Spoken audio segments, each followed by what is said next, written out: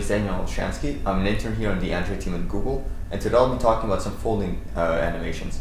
It's a folding animation kind of like an accordion, except you can specify the number of folds, the orientation, as well as the anchor point along which the fold is going to take place. So now while you'll be able to fold any image, as you'll see in the demo very soon, and the trick behind doing this is noting that given some number of folds, you can split an image into several different segments.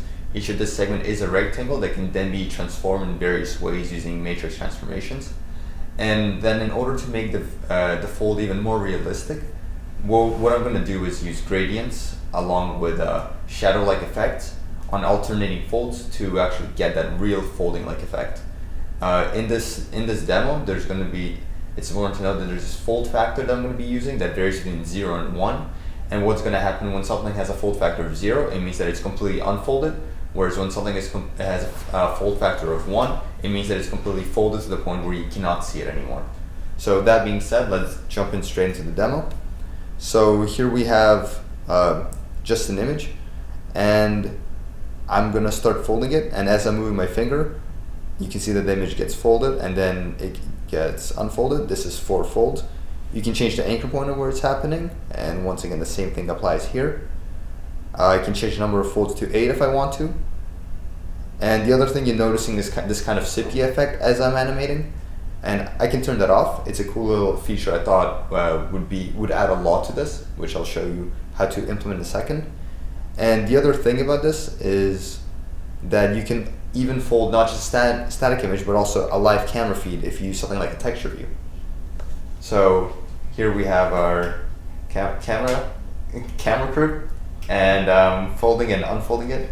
So it is a live image that is being folded and unfolded. Okay. So that being said, let's jump in straight into the code. And the way this works is folding layout extends a view group. So this is very generalized, except it's set up in such a way such that my layout can only ever have at most one child. But then again, this one child can be a layout that you can populate in any way that you want, and then fold even a user interface with buttons and text boxes if you'd like.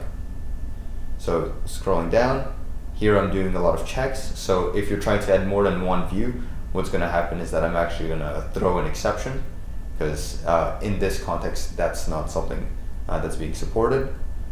And once we get through that, then there's all the setters. So like I mentioned before, you can set the number of folds, you can set the orientation, and you can also set the number of folds, the orientation, and the anchor point along which it's being folded. So I also have not shown the orientation change yet, but the same thing applies when you're in a vertical as opposed to horizontal orientation. So then here you can set the fold factor, which is again a value between 0 and 1. And every single time you set the fold factor, you need to calculate matrices and invalidate. So invalidate will draw the folded view onto your canvas in its new folded state, and calculate matrices actually calculates all the transformation matrices that you need to go from the unfolded image to the folded one to some degree. For every single time some other parameter gets changed, we need to call this method called updateFold, which does all the preparation for actually folding a new image. So in updateFold, we're going to call prepareFold, and all prepareFold really does is return all our variables to default, because this is now a new image. It allocates space for all the transformation matrices we need, the paint objects, the gradient objects, and things like that. It sets up the gradient objects that we're going to need for later, stores all the values we're going to need, stores the original widths and heights of the images, and the most important thing that it does is right here where it splits the image into rectangles. So like I said before, in order to fold something, what you need to do is split it into separate segments so you know how each segment should be transformed. But every single segment is just a simple rectangle. So I'm going to store all these rectangles in an array, and I'm going to be referencing these rectangles as the source for every single transformation that I'll be doing. So that's the update fold. Then in calculating matrices, this is where we actually calculate the transformation matrix. I'm not going to go through the math of how I did everything, but the main thing to note here is that you need to make sure that you reset your transformation matrix on every single time the fold factor gets changed. And the other thing to note is that the amount that a fold should be folded by is inversely proportional to the distance from which it is away from you. So, for example, when you start folding it, you'll see that the edges very quickly start going into the page, whereas when it's already really folded, the edges don't go into the page as much. A simple inverse relation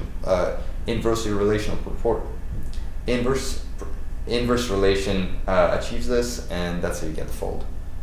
So back in calculating matrices, there's a listener that I added on end fold and on start fold. So what this gives you is just kind of a listener you can listen to when a fold ends or starts. And scrolling down past all the math, what we're doing here is we're going to be transforming a set of 8 points to another set of 8 points. Since every single segment is a rectangle, every single vertex has 2 points, and x and y coordinate. So given the 8 points from the source and the 8 points in the destination, we'll be able to achieve the transformation that we need. So how we do that is using a function available in matrix, in Android's matrix API called poly to poly, set poly to poly.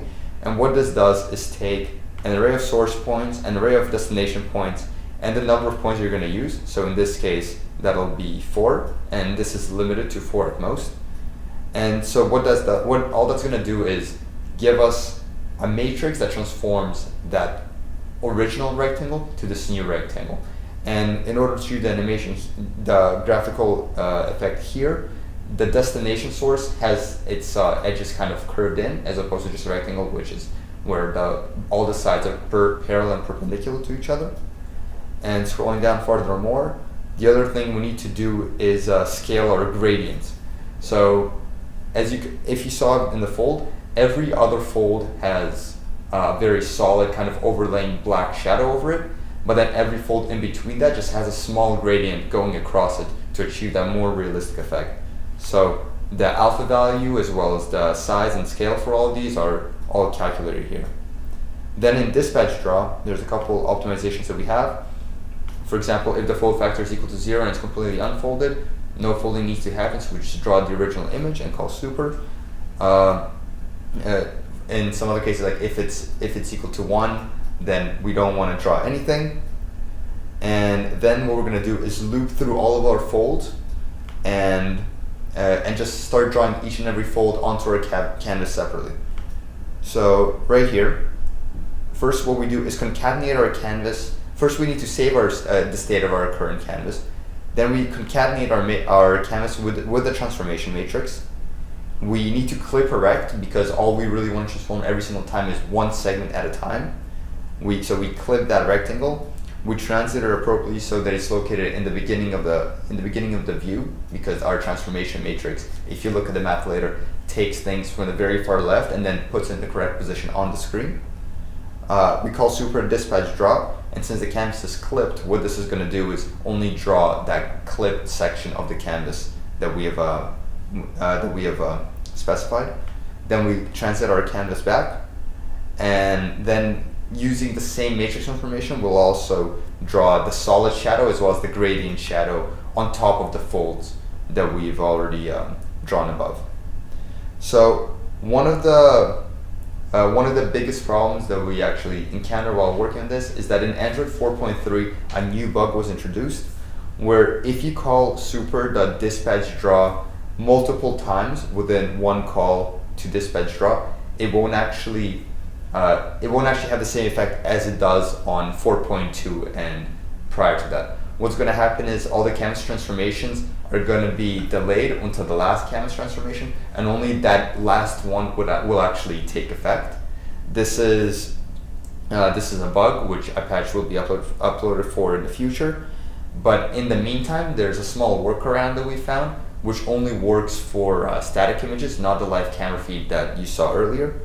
And the way this works is in prepare fold, what we're going to do at first is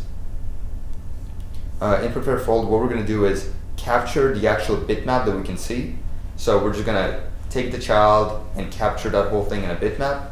The matrix transformations are gonna remain completely the same. But the only difference is gonna be is here.